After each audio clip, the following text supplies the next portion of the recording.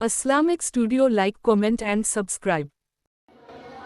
আবাজান বারামনি কি দিন মা বোনেরা মনে রাখুন আমি এক ধাপ এগিয়ে যাচ্ছি প্রিয় নবী মুহাম্মদ রাসূলুল্লাহ সাল্লাল্লাহু আলাইহি ওয়াসাল্লাম বললেন ও দুনিয়ার মানুষেরা মনে রাখো আমি মুহাম্মদ রাসূলুল্লাহ বলছি সায়াতি জামানুন আলা উম্মতি ইউহিব্বুনা যুনুবা ওয়া ইয়ানসাউনা তাওবাতা নবী আমার বললেন দুনিয়ার মানুষেরা মনে রাখো আমি মুহাম্মদ রাসূলুল্লাহ বলছি এমন একটা সময় এমন একটা জামানা চলে আসবে যে সময় যে জামানায় আমি মুহাম্মদ রাসূলুল্লাহ আমার এক শ্রেণীর উম্মতকে দেখতে পাওয়া যাবে ওরা গুনাহ করতে ভালোবাসবে আর তওবা করার কথাটা ভুলে যাবে ওরা পাপ করতে ভালোবাসবে আর ক্ষমা চাওয়ার কথাটা ভুলে যাবে আমি মুহাম্মদ রাসূলুল্লাহ বলছি এমন একটা সময় আমার উম্মতের নিকট চলে আসবে ও বাবাজিরা ভাইয়েরা বোনেরা গো আমি আপনাদেরকে জিজ্ঞাসা করছি একটু দয়া করে বলবেন নাকি নবী যে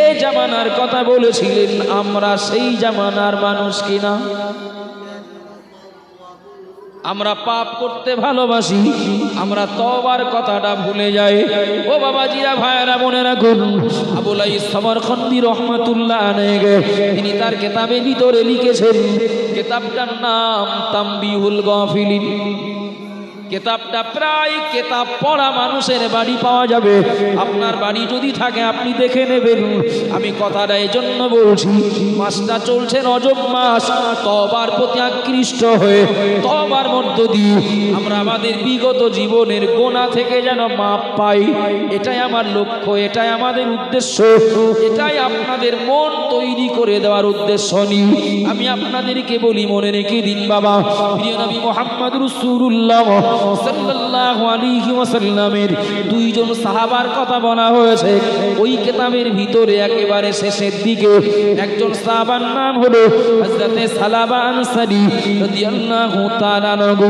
আর একজন সাহাবার নাম হযরত সাঈদ ইবনে আব্দুর রহমান ও বাবাজিরা বাবা নবী আমার যে সাহাবাদের ব্যাপারে বললেন আসহাবিকান নুজুম আমার সাহাবায়ে কেরামেরা হলেন আকাশের তারকার সমতুল্য নবী যে সাহাবাদের ব্যাপারে বললেন লা তামুসুন্না রানি যারা আমার চেহারা ঈমানি হালাতে দেখতে পাবে জাহান্নাম ওদেরকে স্পর্শ করবে না ও বাবাজিরা ভাইরা মনে রাখুন ওই সাহাবায়ে কেরামদের ভিতরে উল্লেখযোগ্য দুইজন সাহাবা হযরত সালাবা আনসারী এবং সাঈদ ইবনে আব্দুর রহমান রাদিয়াল্লাহু তাআলা আনহুমা এই দুইজন সাহাবার ভিতরে অত্যন্ত গভীর সম্পর্ক ছিল অত্যন্ত গভীর আন্তরিকতা ছিল নবী আমার তাবুকের যুদ্ধে যাওয়ার জন্য সাহাবায়ে কেরাম দিগকে নির্দেশ দিলেন ও সাহাবায়ে কেরামেরা দ্বীনের জন্য ইসলামের জন্য তাবুকের যুদ্ধে যেতে হবে তোমরা তৈরি হও তোমরা গুছিয়ে নাও সাহাবায়ে কেরামদের ভিতরে তোড়জোড় আরম্ভ হয়ে গেল গুছিয়ে নেওয়া শুরু হয়ে গেল কিন্তু এই সাহাবায়ে কেরামদের ভিতরে এই দুইজন সাহাবা হযরত সালাবা আনসারী আর সাঈদ ইবনে আব্দুর রহমান রাদিয়াল্লাহু তাআলা আনহুমা এই দুইজন সাহাবা যুদ্ধে যাওয়ার বার্তা শোনার পরে তারা দুজন এক জায়গায় আলোচনায় বসলেন দুজন এক জায়গায় আলোচনা শুরু করলেন নবী বলেছেন যুদ্ধে যাওয়ার জন্য যুদ্ধে আমাদেরকে যেতে হবে আবার ওই নবী বলেছেন বাড়িতে বাচ্চাদেরকে দেখতে হবে মহিলাদেরকে দেখতে হবে বৃদ্ধ বৃদ্ধা মানুষদেরকে দেখতে হবে যুদ্ধে যেতে হবে ওটা যেমন নবীর নির্দেশ আবার বাড়ির এই মানুষগুলোকে দেখভাল করতে হবে এটাও ওই নবীর নির্দেশ সুতরাং দুজনাই বাড়ি থাকবো না আবার দুজনাই যুদ্ধে যাব না আমরা দুজন একটা কাজ করি একজন বাড়ি থাকবো আর একজন যুদ্ধের ময়দানে যাব একটু মনোযোগ দিলে তওবার প্রতি আমাদের আকর্ষণ বাড়বে এবং তওবাকারীকে আল্লাহ কতটা ভালোবাসেন এটাও কিছুটা আমাদের বিবেকটাকে মনটাকে তৃপ্তি দেবে 10 জনের ভিতরে একজন যদি কথাটা মনে রাখেন তাহলে আমার বলা আর আপনাদের কষ্ট করে শোনা বা বসা কর্তৃপক্ষের এই খরচ খরচা আয়োজন ব্যবস্থাপনা আল্লাহ চাইলে সার্থক হবে তার আগে একটা কথা বলি সাদা কাপড়ে ছোট্ট একটা দাগ লাগলে বোঝা যায় না কথা বলেন না সাদা কাপড়ে ছোট একটা দাগ লাগলে সহজে বোঝা যায়, আর কালো কাপড়ে যদি কালো কালি লাগে, এই বক্সের গায়েতে কালো কাপড় আছে না, যদি ওর গায়ে 50 গ্রাম কালি লাগিয়ে দেওয়া হয় যা ছিল তাই। আর সাদা কাপড়ে যদি একটা সরিষার দানা পরিমাণ দাগ লাগে বোঝা যাবে। যাদের অন্তরটা মানে পাপকে পাপ বলে তারাই মনে করে, যাদের অন্তরটা সাদা কাপড়ের মতো পরিষ্কার রয়েছে। একটু সুবহানাল্লাহ বলেন, একটু মহব্বত করে বলেন।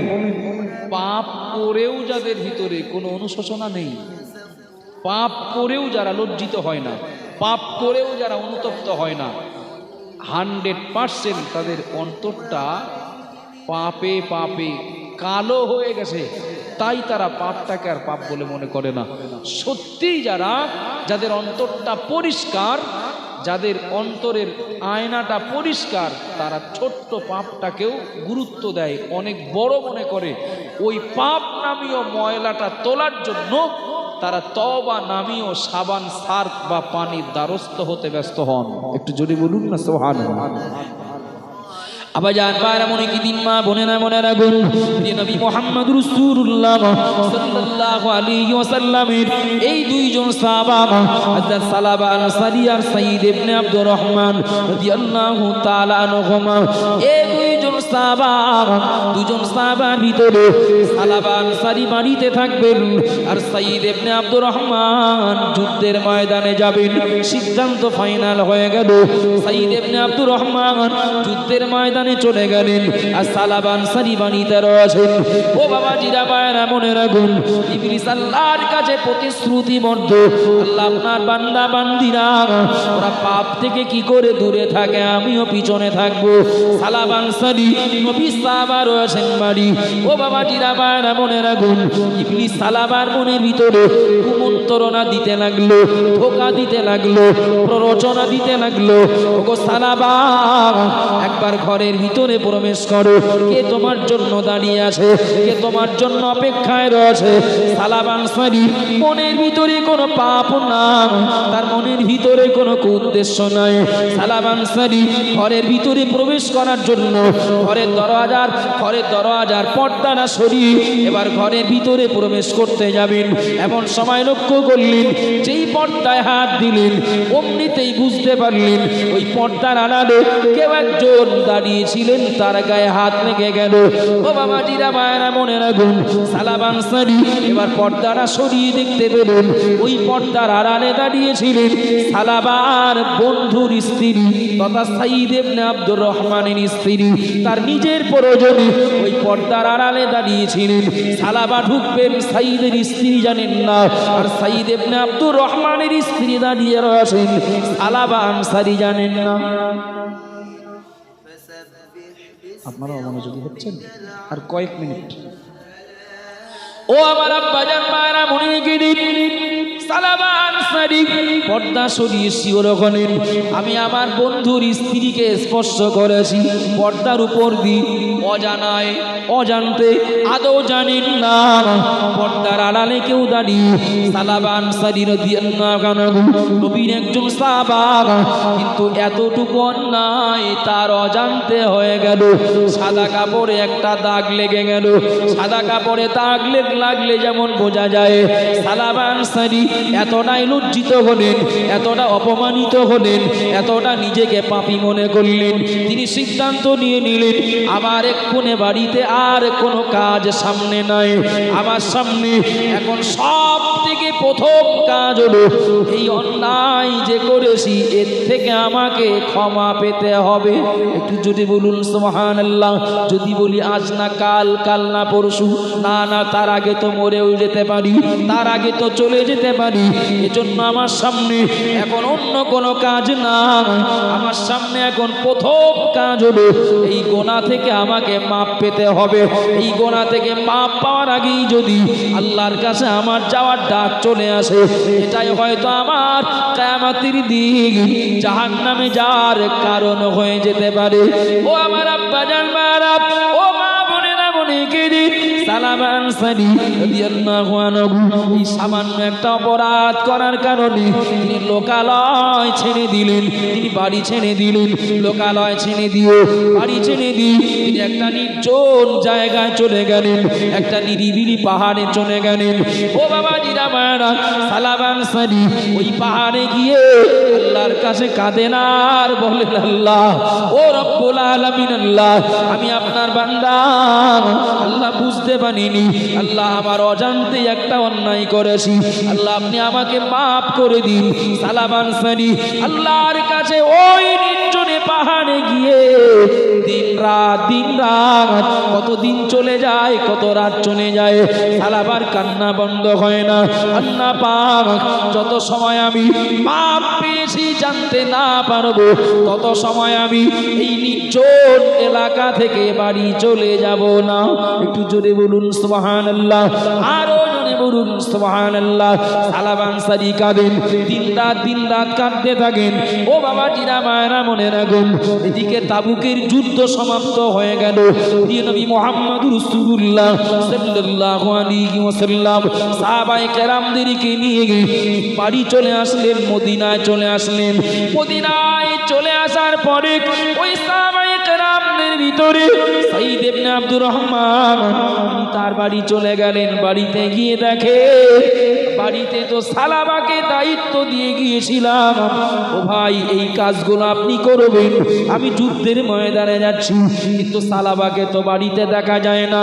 বিবিকে জিজ্ঞাসা করলেন, ওগো আমার বিবি, আমার সেই বন্ধু সালাবা কোন জায়গায়?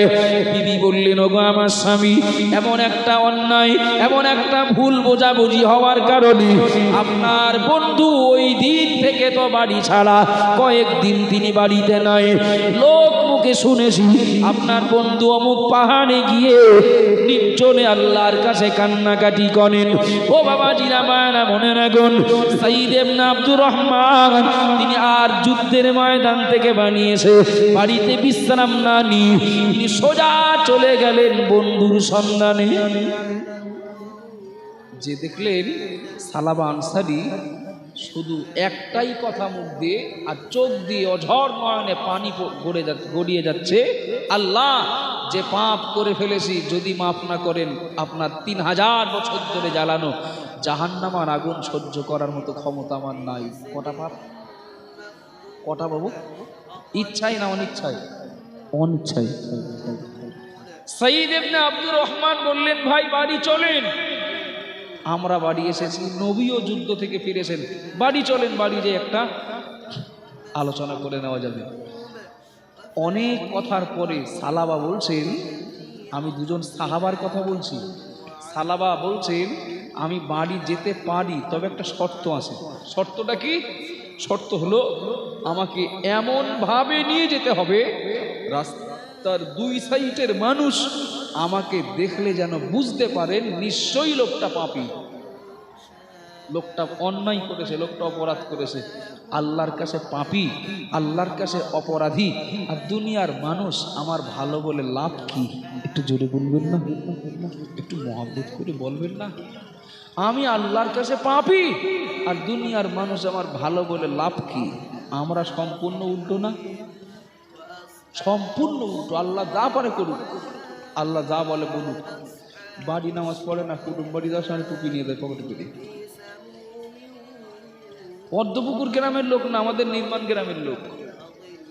বাড়ি নামাজ পড়ে না, কুটুম বাড়ি যাওয়ার সময় একটা টুপি নিয়ে যায় পকেটে করে। কুটুমগুলো যেন জানে যে আমি নামাজ পড়ি, বাড়ির দিক যা পারে হোক।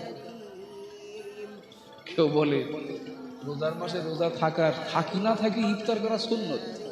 যদি মসজিদে ইফতার করতে না যায় তো মুসল্লিরা ধরে ফেলবে আমি রোজা ছিলাম না।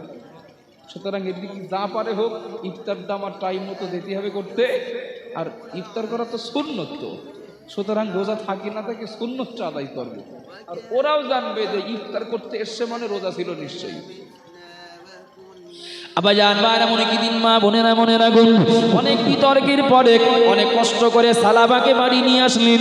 সাইদ ইবনে আব্দুর রহমান সালাবাকে বাড়ি এনে ছেড়ে দিলেন। সালাবা আনসারী বাড়ি চলে আসলেন, কিন্তু তার সেই একই ভাবনা, একই চিন্তা, আমার সামনে এখন কোনো কাজ নাই, আমার সামনে একটাই কাজ, এই অন্যায় থেকে আল্লাহ যত সময় আমাকে মাফ না করবেন আমি দুনিয়াদারি কিছুই করব না, আমার দুনিয়ার কোনো কাজ আমার সামনে এখন থাকবে না। ও আমার আব্বাজান মায়েরা, মা বোনেরা, মনেরা গুন, সালাবা আনসারী যখন তিনি বাড়িতে চলে আসলেন, তার একমাত্র মেয়ে, মেয়েটার নাম হলো খামসানা। খামসানাকে কাছে ডাকলেন, ছোট্ট মেয়ে, ও আমার মেয়ে, তুমি আমার মেয়ে, আমি তোমার বাপ, আমরা দুজন মিলে একটা আলোচনা করি। ওগো আমার মেয়ে, আমার অজান্তে এমন একটা অন্যায় করে ফেলেছি মা, আমার এখন কর্তব্য কি, আমি এখন কি করব মা, তুমি আমার পরামর্শ দাও। মেয়েটা চুপচাপ রয়েছে। সালাবা আনসারী বলছে, ও আমার মেয়ে, চলো একটা কাজ করি, তুমি আমার সঙ্গে থাকো, চলো আমরা দুজন মিলে নবী সাহাবা হযরত আবু বকর সিদ্দিক রাদিয়াল্লাহু তাআলা আনহুর কাছে চলে যায়। কিসের জন্য না, তওবা পড়ার জন্য। একটু জোরে বলুন সুবহানাল্লাহ, আরো জোরে বলুন সুবহানাল্লাহ। সালাবা আনসারী রাদিয়াল্লাহু তাআলা আনহু কলিজার টুকরি মেয়েটাকে নিয়ে হযরত আবু বকর রাদিয়াল্লাহু আনহুর বাড়িতে চলে গেলেন।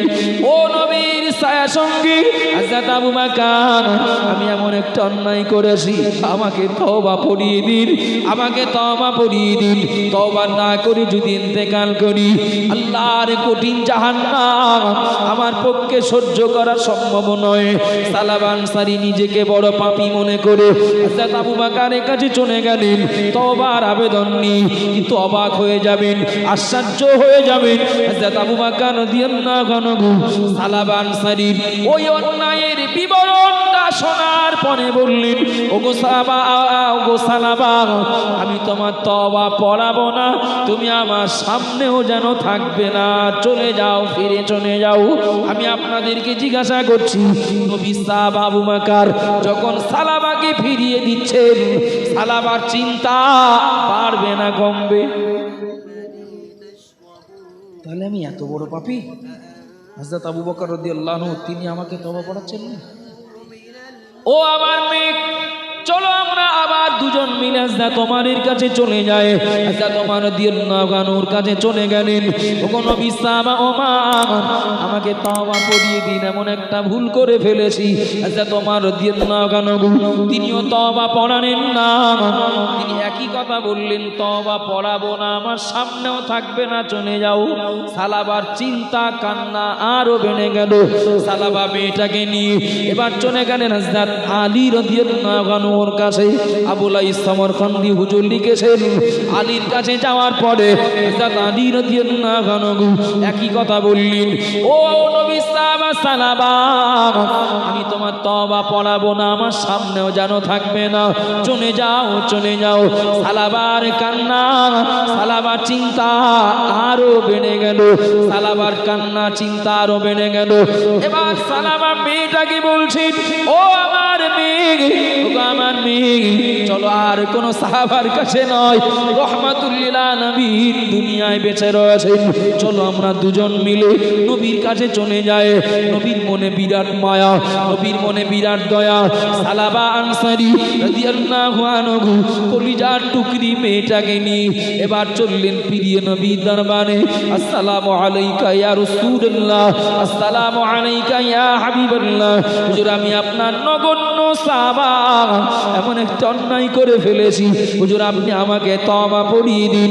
হযরত সালাবা আনসারী নবীকে যখন বললেন আমাকে তওবা পড়িয়ে দিন, নবী আবার সালাবাকে বললেন, ওগো সালাবা, আমি তোমার তওবা পড়াবো না, তুমি চলে যাও। ও বাবা জিরা মায়েরা মনে রাখুন, আমি আপনাদেরকে জিজ্ঞাসা করছি, নবী যখন কাউকে ফেরত দেন তার কি আর ক্ষমা পাওয়ার কোনো আশা থাকে নাকি? আবাজান বারা মনে কি দিন, মা বোনেরা মনে রাখুন, বক্তব্য সংক্ষেপ করছি, সংক্ষেপ করব।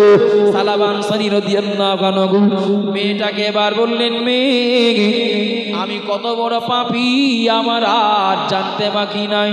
কটা পাপ? পাপ করেছেন কটা? একটা। আমি কত বড় পাপী আমার আর জানতে বাকি নাই। ও আমার মেঘ, আমার মতো এত বড় পাপী লোকালয়ে মুখ দেখিয়ে স্বাভাবিকভাবে জীবনযাপন করা মানায় না। আমি যেখানে ছিলাম সেই জায়গায় চলে যাব, আমার এই মুখ আমি কাউকে দেখাবো না, আমি স্বাভাবিকভাবে বেড়াবো না, লোকালয়ে জীবনযাপন করব না। ও আমার মেয়ে, আমি কোনোদিন যদি পাপ পাই আমি সেই দিন বাড়ি আসবো, তা না হলে আর বাড়ি আসবো না। এই তোমার সঙ্গে আমার শেষ দেখা। ও বাবাজিরা, মায়েরা, মনে রাখুন, খামসানা নামিও মেয়েটা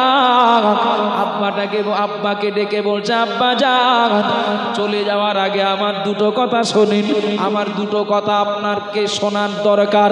আমি বলবো। আব্বা যান দাঁড়িয়ে গেলেন, সালাবান সানি দাঁড়িয়ে গেলেন, মেয়েটা সামনে দাঁড়িয়ে গেল। ও আমার আব্বা যান, ও আমার আব্বা যান, আমি ছোট মানুষ, এরপরেও আমি বুঝতে শিখেছি। আমি আপনার সঙ্গে নবীর 3 জন সাহাবার কাছে গিয়েছি, আমি আপনার সঙ্গে নবীর কাছে গিয়েছি। আপনি নবীকে, নবী সাহাবাদেরকে কি বলেছেন আমি শুনেছি। নবী সাহাবারা কি জবাব দিয়েছেন আমি ওটাও শুনেছি আব্বা। তবে আমার যেটা মনে হয়, নবী আর নবী সাহাবারা আপনার উপরে কেউ সন্তুষ্ট না। এটা আমি বুঝতে পেরেছি। মেয়েদের আব্বার প্রতি ভক্তি বেশি না মায়ের প্রতি?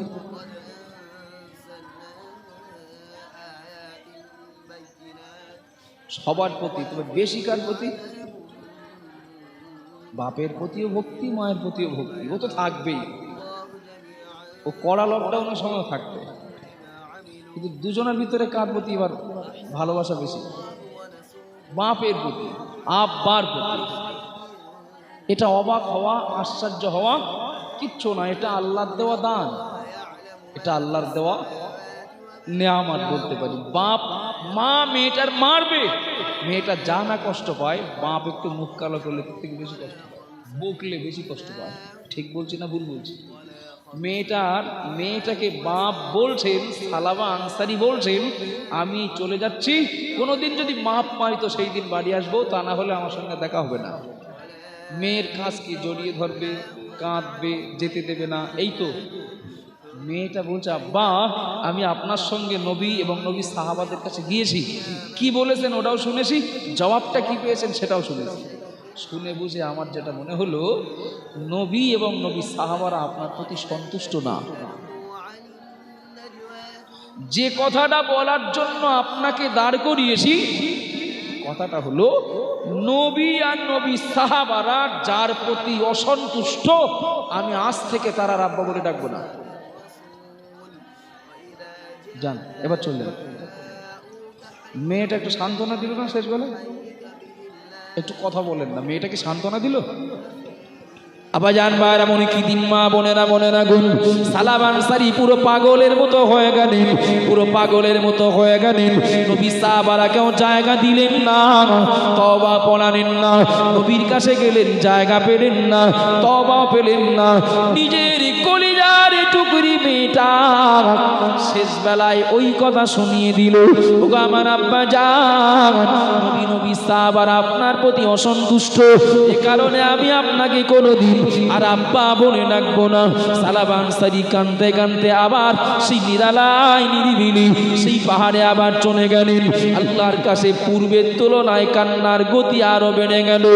ও রব্বুল আলামিন, আল্লাহ আমি গুনাহ করেছি, আমি অন্যায় করেছি। আল্লাহ আপনি তো বলেছেন, লা তাকনাতু মির রাহমাতিল্লাহ, বান্দা যত গুনাহ করো, ও বান্দি যত গুনাহ করো, আমার রহমত থেকে যেন নিরাশ হয়ে যেও না। আল্লাহ আমি আপনার নগণ্য বান্দা, ইবলিসের ধোঁকায় পড়ে আল্লাহ আমার অজান্তে এমন একটা অন্যায় করেছি। আল্লাহ তওবার দরওয়াজা তো খোলা রয়েছে, আমি তওবার জন্য হযরত আবু বকরের কাছে গিয়েছি, তিনি আমাকে ফেরত দিয়েছেন। আল্লাহ হযরত ওমরের কাছে গিয়েছি, তিনিও ফেরত দিয়েছেন। আলীর কাছে গিয়েছি, তিনিও ফেরত দিয়েছেন। নবীর কাছে কাছেও গিয়েছি, তিনিও ফেরত দিয়েছেন। আল্লাহ আমি আপনার বান্দা, আল্লাহ আমার আর যাওয়ার কোনো জায়গা নাই, আমি আপনার বান্দা, আপনার কাছে আত্মসমর্পণ করছি। আল্লাহ পাক আপনি যদি আমাকে ফিরিয়ে দেন, আল্লাহ আমার জাহান্নাম ছাড়া যাওয়ার কোনো জায়গা নাই। আল্লাহ আপনার নাম গফুর, আল্লাহ আপনার নাম গফার, আল্লাহ আপনার নাম রহিম, আপনার নাম রহমান। আল্লাহ আপনি আমাকে মাফ করে দিন, জাহান্নামের আগুনে জ্বলার মতো ক্ষমতা আমার নাই। সালাম আনসারী এত কান্না কাঁদেন, এত পরিমাণে চোখের পানি ঝরান। আল্লাহ পাক সালাম আনসারী কান্নার প্রতি আর খালিস দিলে তওবা করার প্রতি আল্লাহ পাক রাজি হয়ে গেলেন, আল্লাহ খুশি হয়ে গেলেন। আল্লাহ দেরি করলেন না, আল্লাহ জিবরাইলকে ডাকলেন, ও জিবরাইল চলে যাও, আমার নবীর কাছে সংবাদ দিয়ে যাও, আমার নবীকে গিয়ে বলো, আমার নবীকে গিয়ে বলো সবাই যে সালামাকে ফিরিয়ে দিয়েছো, দূরে সরিয়ে দিয়েছো, আমি আল্লাহ ওই সালামাকে মাফ করে দিয়েছি। একটু জোরে বলুন সুবহানাল্লাহ, আরো জোরে বলুন সুবহানাল্লাহ। জিবরাইল চলে যাও, আমার নবীকে গিয়ে বলো আমি আমার বান্দা সালামাকে মাফ করে দিয়েছি। আমার নবীকে গিয়ে বলো আমার নবী যেন সাহাবায়ে কেরামদেরকে দায়িত্ব দেন সালামাকে বাড়ি নিয়ে আসার জন্য, ফিরিয়ে নিয়ে আসার জন্য। ও বাবাজিরা, মায়েরা, মনে রাখুন, সালামা আনসারীর ক্ষমা করে দেওয়ার সংবাদ নবী যখন শুনতে পেলেন, নবী আর দেরি করলেন না, কয়েকজন সাহাবাকে নবী রেডি হতে বললেন, কয়েকজন সাহাবাকে তৈরি হতে বললেন।